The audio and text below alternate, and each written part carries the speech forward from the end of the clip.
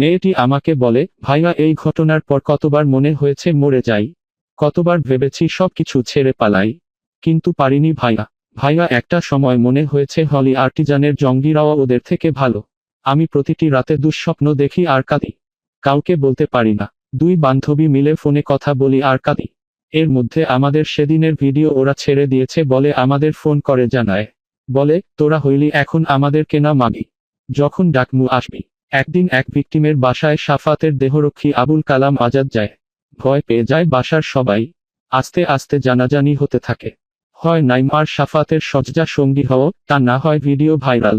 একটা পর্যায়ে ওরা সিদ্ধান্ত নেয় ধর্ষকদের সাথে সমঝোতা করবে। সেই কথা মত ধর্ষক নাইম আর সাফাতের দুই বড় ভাইকে ধরে ভিকটিম মেয়েরা। দুই বড় ভাই বোঝায় ধর্ষকদের। ধর্ষক নাইম আর সাফাত দাঁত বের করে হাসে। সাফাত বলে, তাইলে বেইবি আমাদের বিয়া করবা। এই বলে হাসতে থাকে সেই বড় ভাইদের সামনেই। কোনো সমঝোতাই হয় না আর। দুই ভিকটিমদের একজন হঠাৎ করে সমস্ত ক্রোধ নিয়ে জ্বলে ওঠে। আরেক ভিকটিমকে বলে, আমরা পুলিশের কাছে যাব, যা থাকে কপালে সব বলবো। এইভাবে বেঁচে থাকা অসম্ভব। পুলিশে জানাবার আগে একজন ভিকটিম জানতে পারে সাফাতের ওয়াইফ আছে। সিদ্ধান্ত নেয় তাকে জানাবে সব প্রথমে।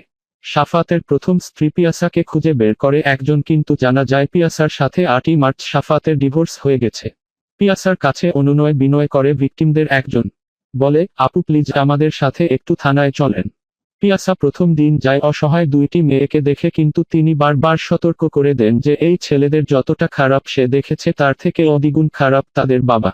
বিশেষ করে সাফাতের বাবা দিলদার, নগরের সবচাইতে বড় সোনা চোরাচালানকারী।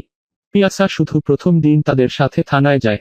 এরপর গুনে গুনে 3 দিন থানার ওসি ফরমান আলী আর তদন্ত কর্মকর্তা মতিন তাদের ঘুরায়।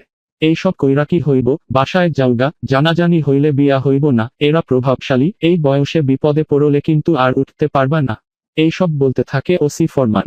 একটা পর্যায়ে নাসরবান্দার মতো থানায় পড়ে থাকে ভিকটিম আর তাদের মা রা। থানা মামলা নেয়। ফরমান আর তদন্ত কর্মকর্তা মতিন যথাসাধ্য চেষ্টা করে মামলাটা শেষ করে দিতে। এখন রাত বাজে 4টা। আমি ঘুমাইনি, ঘুমাতে পারিনি। আমার স্মৃতিতে মজ্জায় শুধু মিশে আছে মেয়েটার হুহু কান্নার শব্দ। ভাই প্লিজ, প্রধানমন্ত্রীকে একটু বলবেন, উনি তো মেয়ে, উনি বুঝবেন। আমার চোখ ভেসে যায়, আমি বুঝতে দেই না।